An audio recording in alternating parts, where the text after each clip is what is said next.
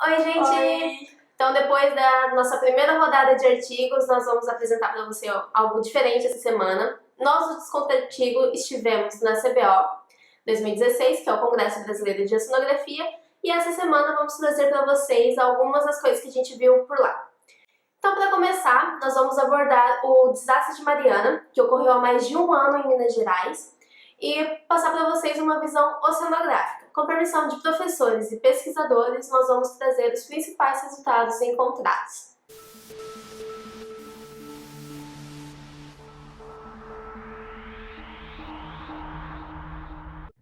Alex Bastos, então, professor e pesquisador ali da UFES, conduziu a mesa redonda sobre o desastre de Mariana. O desastre, ele foi um dos maiores em relação à barragem de rejeitos no mundo.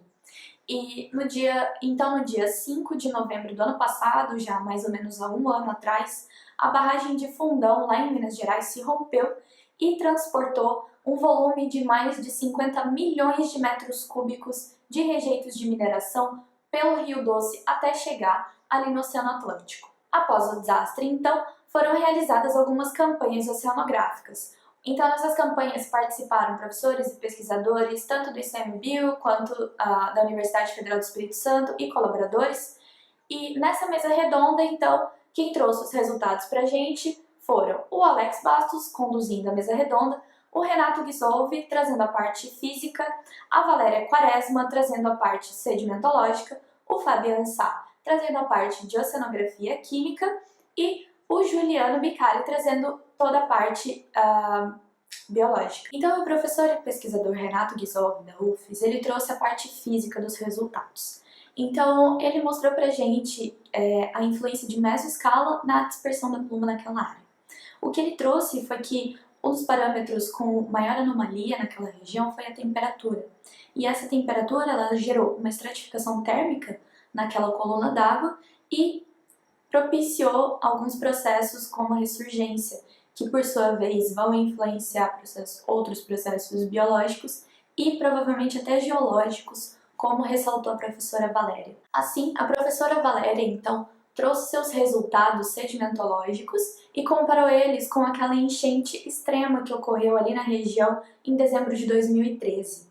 Então, o que ela trouxe de resultado foi que, durante aquela enchente lá em 2013, a concentração de material lamoso carregado pelo rio estava em torno dos 250 a 300 miligramas por litro, enquanto que ano passado, com a dispersão da lama da barragem, esses valores de concentração atingiram 9 gramas por litro, que era bastante, ainda mais levando em consideração a situação atual climática ali, que foi um período muito seco e a vazão do rio estava baixíssima.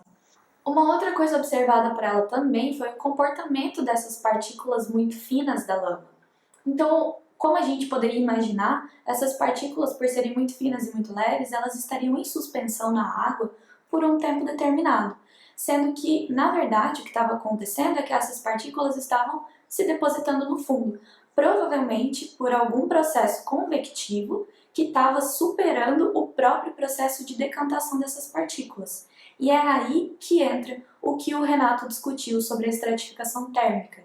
Por quê? Essa estratificação térmica vai conduzir uma troca de calor e energia, mas muito provavelmente também conduzir a troca entre partículas, ou seja, fazendo o transporte dessas partículas da superfície para o fundo e não decantando elas. Bom, mas e quanto à qualidade da água, como que ficou?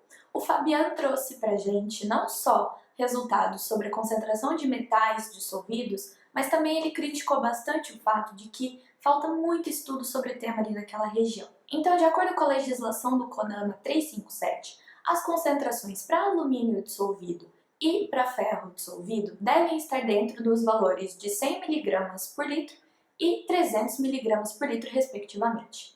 Porém, quando eles fizeram as campanhas e fizeram as coletas ainda dentro do rio, não fora da costa, esses valores para alumínio dissolvido estavam ali por volta dos 2.500 miligramas por litro, enquanto que o do ferro estava 3 vezes maior, por volta dos 900 miligramas por litro.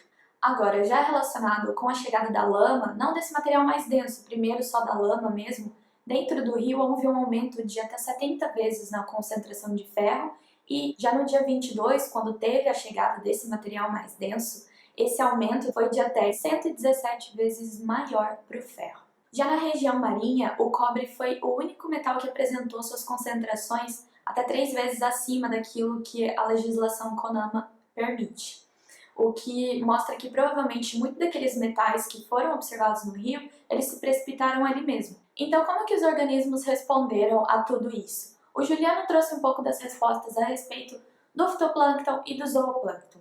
Os primeiros resultados mostraram que houve um aumento nos pigmentos de clorofila A e feopigmentos, que são pigmentos associados ao grau de fisiologia dos organismos, ou seja, ao seu grau de senescência.